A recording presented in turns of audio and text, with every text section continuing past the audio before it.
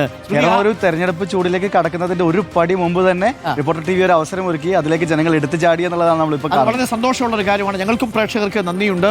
നമ്മൾ ലോഞ്ച് ചെയ്ത് അരമണിക്കൂറിനുള്ളിൽ തന്നെ 35,000-ഓളം ആളുകൾ നമ്മളുടെ വെബ്സൈറ്റിലേക്ക് എത്തി. അവരിൽ എല്ലാവരും നിലവിൽ വോട്ട് ചെയ്തിട്ടില്ല. അവരിൽ വോട്ടിംഗ് പൂർത്തീകരിച്ചത് ഇത്രയും ചോദ്യങ്ങളുണ്ട്. ചില ആളുകൾ ഇതിന്റെ ഡാറ്റ നോക്കുന്നുണ്ടാവും, ചില ആളുകൾ ഇതിന്റെ നമ്മൾ കൊടുത്തിരിക്കുന്ന റഫറൻസ് പരിശോധിക്കുന്നുണ്ടാവും, പല MLA-മാരുടെ വെബ്സൈറ്റുകളിലേക്ക് പോകുന്നുണ്ടാവും, പല മണ്ഡലങ്ങളിലേക്ക് പോകുന്നുണ്ടാവും.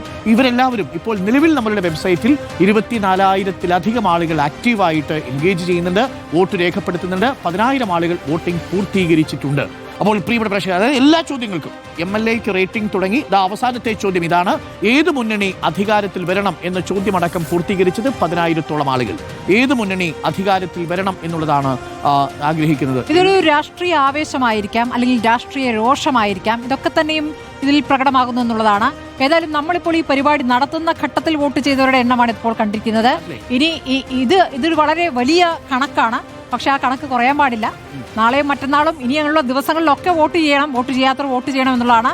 ഇതിപ്പോൾ നിങ്ങൾ കണ്ടുകൊണ്ടിരിക്കുമ്പോൾ ചെയ്തിരിക്കുന്ന ആവേശം മാത്രമായി മാറരുത് എന്നൊരു അപേക്ഷയുണ്ട്. മാത്രമല്ല പ്രിയപ്പെട്ട പ്രേക്ഷകർ, നിങ്ങളുടെ സുഹൃത്തുക്കളോട്, നിങ്ങളുടെ കുടുംബാംഗങ്ങളോട് ഒക്കെ വോട്ടിംഗ് വേണ്ടിയിട്ട് അത് നിങ്ങൾ തിരഞ്ഞെടുക്കാനായിട്ട് പറയുക. ഈ QR കോഡ് സ്കാൻ ചെയ്യുക. നിശ്ചിത ഇടവേളകളിൽ ഈ നിമിഷം മുതൽ പ്രിയപ്പെട്ട പ്രേക്ഷകരിലേക്ക് ഈ QR കോഡ് നമ്മൾ ഓൺ സ്ക്രീനിൽ കാണിക്കും. ഒപ്പം തന്നെ എപ്പോൾ വേണമെങ്കിലും റിപ്പോർട്ടിന്റെ വെബ്സൈറ്റിൽ പോയി നിങ്ങൾക്ക് വോട്ട് രേഖപ്പെടുത്തുകയും ചെയ്യാം. ഇപ്പോഴും പ്രേക്ഷകർക്ക് നമ്മളുടെ പല സമയങ്ങളിലും ഈ ഇലക്ഷൻ നടക്കില്ല, ഈ വോട്ടിംഗ് നടക്കുന്ന സമയത്ത് നമ്മൾ ഈ സാമ്പിൾ സൈസിന്റെ ഭാഗമാകാറില്ലല്ലോ. എവിടുന്നെങ്കിലും ഒരു 100-200 പേരെ കണ്ടെത്തി അതൊരു സാമ്പിൾ സൈസ് ആക്കി കണക്കാക്കുക എന്നുള്ളത്. പക്ഷെ ഇതിന്റെ പ്രത്യേകത എന്താ പറയുക, നമ്മൾ കേരളത്തിലുള്ള ഓരോരുത്തരും ഈ സാമ്പിൾ സൈസിന്റെ ഭാഗമാകുന്നുണ്ട് എന്നുള്ളതാണ്. എത്ര വലിയ സാമ്പിൾ ആകുന്നോ അത്രയും ക്ലാരിറ്റിയോടുകൂടി റിസൾട്ട് വരും. അത്രയും വലിപ്പം. പല സർവേ റിപ്പോർട്ടുകളും കാണുന്ന സമയത്ത് ഇതൊന്നും എന്നോട് ആരും ചോദിച്ചിട്ടില്ല എന്ന് ചിന്തിക്കുന്ന ആളുകളുണ്ടാവും. എന്റെ മുന്നിൽ ഒരു സർവേ ഏജൻസി വന്നില്ലല്ലോ, അവർക്ക് കൂടിയുള്ള അവസരമാണ് അവരുടെ അഭിപ്രായം. നിങ്ങളുടെ മൊബൈൽ ഫോണിലാണ് ഈ സർവേ എത്തുന്നത്. അത് ഒരു ഏജൻസിയും ഇല്ല, ഒരു ഇൻവെസ്റ്റിഗേറ്റർ ഇല്ല, ഒരു സൂപ്പർവൈസർ ഇല്ല, ഒരു സാമ്പിൾ ഫ്രെയിം ഇല്ല. അതുകൊണ്ട് തന്നെ ഇതൊരു ഓപ്പൺ എൻഡഡ് ആയ, ഇതൊരു റാൻഡം സാമ്പിളിംഗ് ടെക്നിക്ക് മാത്രമുള്ള ഒരു ഡിജിറ്റൽ സർവേ ആണ്. പ്രിയപ്പെട്ട പ്രേക്ഷകർ അതിൽ പൂർണ്ണമായിട്ടും പങ്കെടുക്കുക. ഏറ്റവും കൂടുതൽ ആളുകൾ, ചുരുങ്ങിയ പക്ഷം നമ്മൾ കേരളത്തിലെ വോട്ട് ചെയ്യുന്ന പൗരന്മാരുടെ പകുതിയെങ്കിലും കിട്ടിയാൽ തന്നെ നമ്മളെ സംബന്ധിച്ചത് ഒരു ഹ്യൂജ് നമ്പർ ആയിരിക്കും അല്ലേ. 50 lakhs എന്നൊക്കെ പറഞ്ഞാൽ ചെറിയ കണക്കല്ലോ.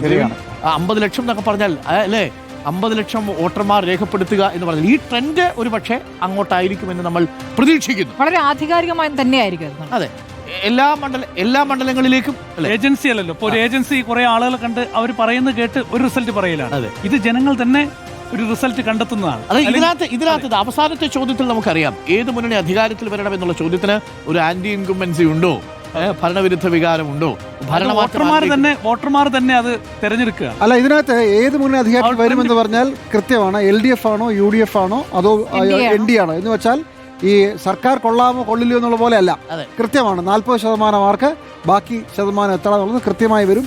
ആര് ജയിക്കും അടുത്ത ഇലക്ഷൻ എന്നുള്ളതിന്റെ ഏറ്റവും അവസാനത്തെ സർവേ ഫലം അതായിരിക്കും. 6ാമത്തെ ചോദ്യത്തിന്റെ ഉത്തരം: ഏത് മുന്നണി അധികാരം. അതായത് ഇപ്പൊ സച്ചിദാനന്ദ മാഷിന്റെ കൊടുത്ത ഒരു ഉത്തരം കിട്ടുമായിരിക്കും, ബെന്യാമിന്റെ കൊടുത്ത വേറൊരു ഉത്തരം കിട്ടുമായിരിക്കും. കൃത്യമായിട്ട് രണ്ട് രീതിയിലുള്ള ഉത്തരവും ചിലപ്പോൾ നമുക്ക് പറയാൻ പറ്റില്ല. സച്ചിദാനന്ദ മാഷിന്റെ പറയുന്നത് ഞാൻ പറഞ്ഞതല്ല, നിങ്ങൾ വിവാദമാക്കുന്നത് എന്ന മട്ടിലാണ് മാഷം പ്രതികരിക്കുന്നത്. ഇതിലും അതെല്ലാം ഇതിനകത്ത് വേറൊരു പ്രത്യേകത ഞാൻ കണ്ടത്, 4 മുഖ്യമന്ത്രിമാരെ ഓരോ പാർട്ടിയുടെയും വെച്ചിട്ട്, ഓരോ മുന്നണിയുടെയും വെച്ചിട്ടുണ്ട്.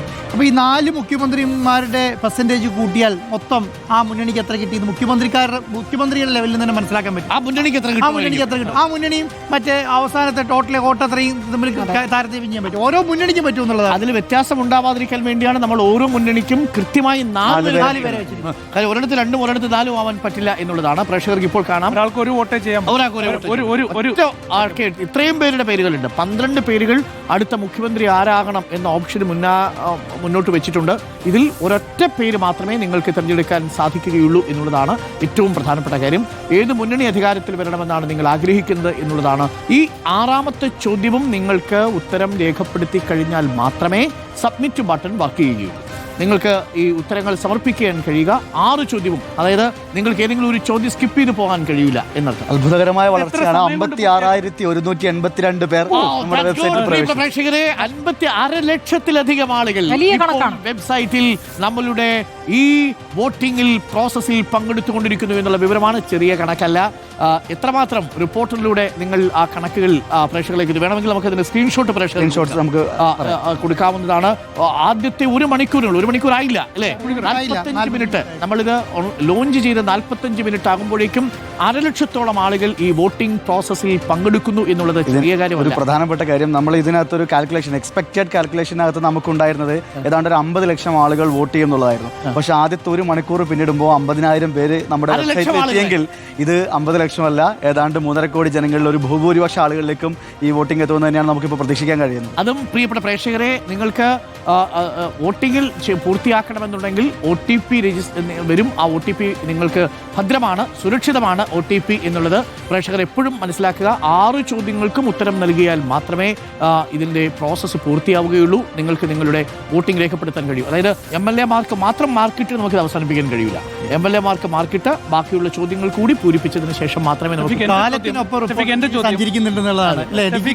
എന്റെ ഒരു സംശയം, ഈ QR കോഡ് സ്കാൻ ചെയ്താൽ എത്ര സമയം വേണ്ടി വരും? ഏതാണ്ട് ശരാശരി ഒരു കുറച്ചുകൂടെ ടെക്സാവിയായ ആളുകളൊക്കെ ആണെങ്കിൽ 3 മിനിറ്റ് 4 മിനിറ്റോടൊക്കെ തീർക്കാൻ പറ്റും. പക്ഷേ നമ്മൾ കേരളത്തിലെ എല്ലാ മനുഷ്യരെയും പരിഗണിക്കുന്നു.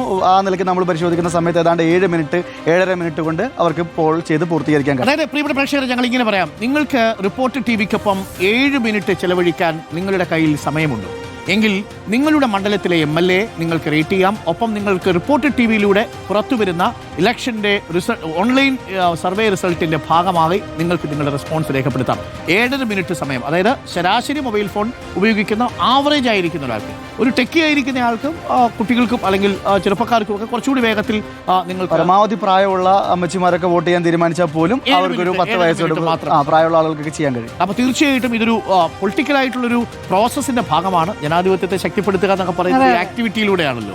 അപ്പോൾ അത് തീർച്ചയായിട്ടും വരിക. പിന്നെ പ്രേക്ഷകർക്ക് സംശയം ഉണ്ടാവും, ഇതൊക്കെ നമ്മൾ ചെയ്യുന്നത് ഏതെങ്കിലും താല്പര്യങ്ങളുടെ പുറത്താണോ? അതല്ല എന്നുള്ളത് കൊണ്ടാണ് ഇത്രയും ട്രാൻസ്പെറൻസി നമ്മൾ ഉറപ്പാക്കുന്നത്.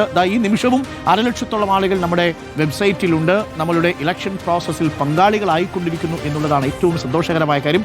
നിങ്ങൾക്ക് അപ്പോൾ തന്നെ വോട്ട് ചെയ്യുന്ന മാത്രയിൽ തന്നെ നിങ്ങളുടെ സബ്മിറ്റ് ചെയ്താൽ ഉടൻ തന്നെ നിങ്ങളുടെ MLAക്ക് എത്ര മാർക്ക് കിട്ടി എന്നുള്ള വിവരം നിങ്ങൾക്കറിയാം അല്ലേ?